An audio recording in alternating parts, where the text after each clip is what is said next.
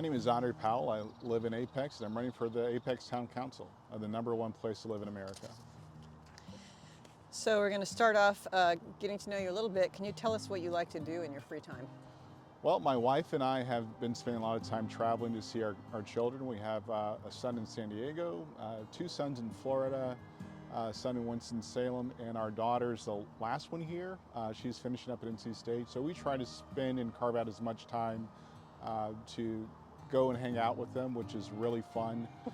And I'm a software developer also, so I do spend quite a lot of time learning new technologies and tuning out my servers at home. So I nerd out, but I also spend a lot of time traveling. Well, what's your favorite thing about Apex? As a military brat, Apex has allowed me to actually set roots. This is the longest I've ever lived in one place, although I've been in North Carolina for well over 30 years. And it's given me a chance to be proud of my daughter, who calls this her hometown. And something that I like to do is give my children opportunities I didn't have, and Apex has allowed me to do that. So that brings us to this remarkable location. Why did you pick this? Nostalgia. It's kind of one of those things where as a kid you want certain things. There was a park in Oslo, Norway that we would frequent on the weekends, and I just loved hanging out there. It was so quiet, peaceful, just people watching, and Pleasant Park is a great investment that Apex did, because for an old guy like me, I can enjoy watching other people build those memories as I've been able to build memories in Apex. That's fantastic. So, what made you want to run for town council? I would say Apex is at a pivot point, and how we manage growth for the next 10 to 20 years is going to be it's going to be based on what we do today. So how does that look with infrastructure? How does it look with housing? How does it look with the jobs we're able to create and attract? I believe now is the right time to do it. I believe that if we don't adjust and get some new ideas, we may miss the moment. So, given all of that, what are the top 3 challenges you think you're going to face as a council member? Well, they're not really challenges. I think it's a change of perspective.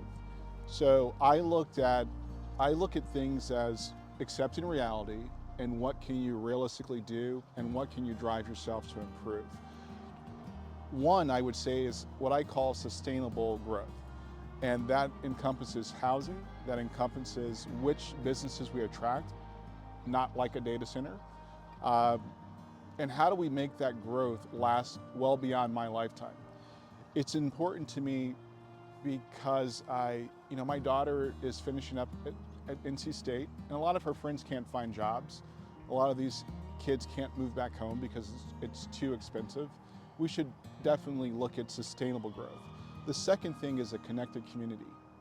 And the root of connected community is communication. How do we over-communicate the opportunities that we have as a town, get everybody involved in whatever capacity they can, and grow the town holistically? And third, it's a different view of leadership. The best leaders I've known have been the most unselfish, and they've been able to put their personal bias aside for the benefit of the whole. And I try to live that every day.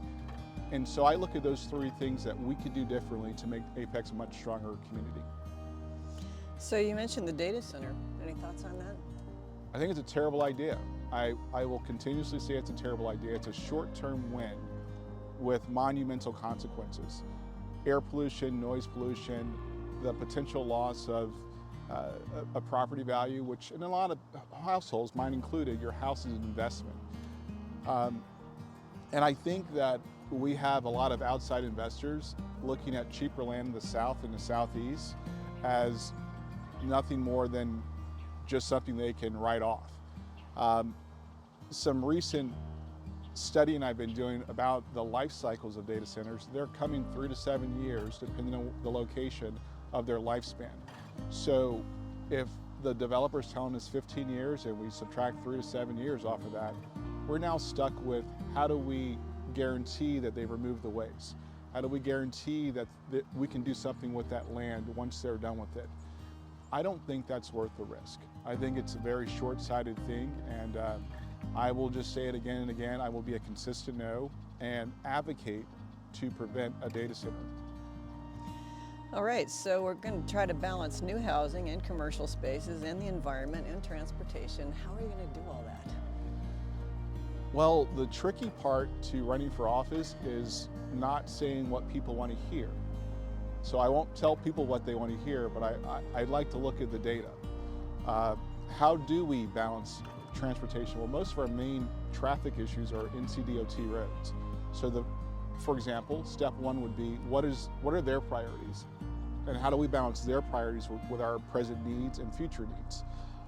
Secondly, with infrastructure, the road specifically, how do we build a relationship so we can communicate more effectively how what may have been surveyed 5 years ago is no longer, the issue that we need to address today. And again, housing is housing. It's not affordable housing. Something that's pretty sad to me is that when you say affordable housing, people automatically assume Section 8. And I think that that stigma is the wrong way to look at housing. I think that we should look at it into just housing. How do young families get started? How do young people get started in the towns they love? Because we're attracting them. And we have to be very honest about what we're trying to accomplish so that way it helps the most people at any given time. Mass transportation, any thoughts? Apex currently has a free bus system. I think there could be room for expansion. Now, if that means an investment from the town, sure. But I've seen kids walking to work. Young kids, either riding their bike or walking. There's also the other end of the spectrum, seniors that are no longer driving. How do we help the most people? And that may require investment, but I believe that's something Apex would support. All right, we're going to get a little tough here. According to the North Carolina Budget.org, 46% of North Carolina renters cannot afford rent. It's not a zero-sum game.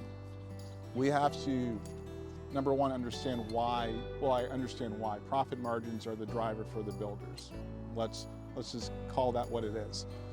But how do we really incentivize these builders that want to use our resources to do the right thing? How do we, as a town, possibly we can subsidize? We can look for organizations such as Wake Habitat to possibly fill in the gaps where we may not be able to. So again, it's looking at the information. What are we really going to commit to address some of the problems? We may not solve it all, but if we can make continuous improvement, I think the town will benefit from that. All right, a little rougher still. 11% of residents in Wake County rely on SNAP benefits. Yeah. Well, one of the reasons I would say is our work opportunities. So I'm an advocate of helping people take advantage of relationships we could possibly build with Wake Tech to hopefully help people find jobs that pay more, that fit the area. Working with local business owners to find out what can we do to support them so they can possibly afford to make some changes in their P&L, potentially to give people higher wages.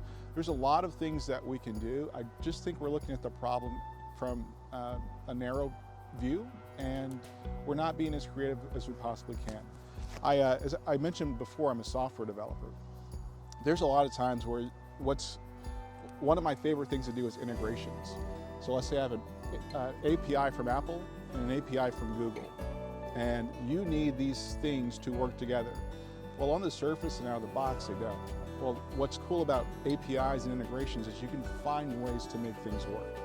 It's not going to be the out-of-the-box solution. It's going to look at the documentation, the sources you have to provide a workable solution.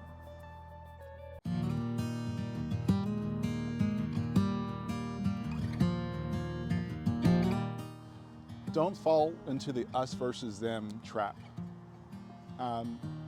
The best thing that we can do is realize that at the end of the day, we're all here together. Don't listen to the pandering. Even if it's to your, unfortunately, darkest desire, it doesn't help you at the end of the day. I try my best to focus on facts, but I also look to understanding why somebody may believe what they believe, whether that's on the right side of the argument or the left side. It's not us versus them. It's basically how do we help each other.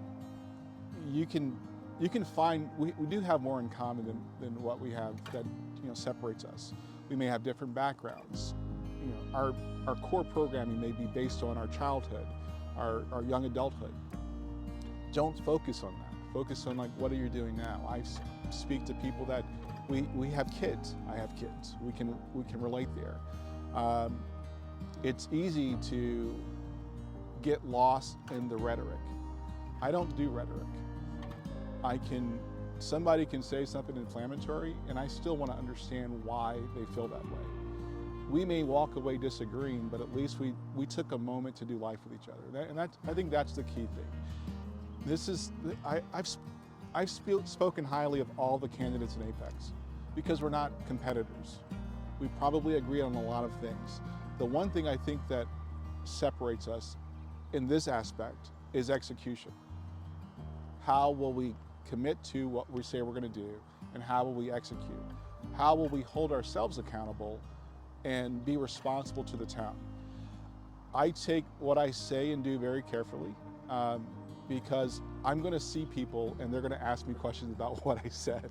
So I want to make sure that what I committed to, not promised, I can deliver an update or a final result.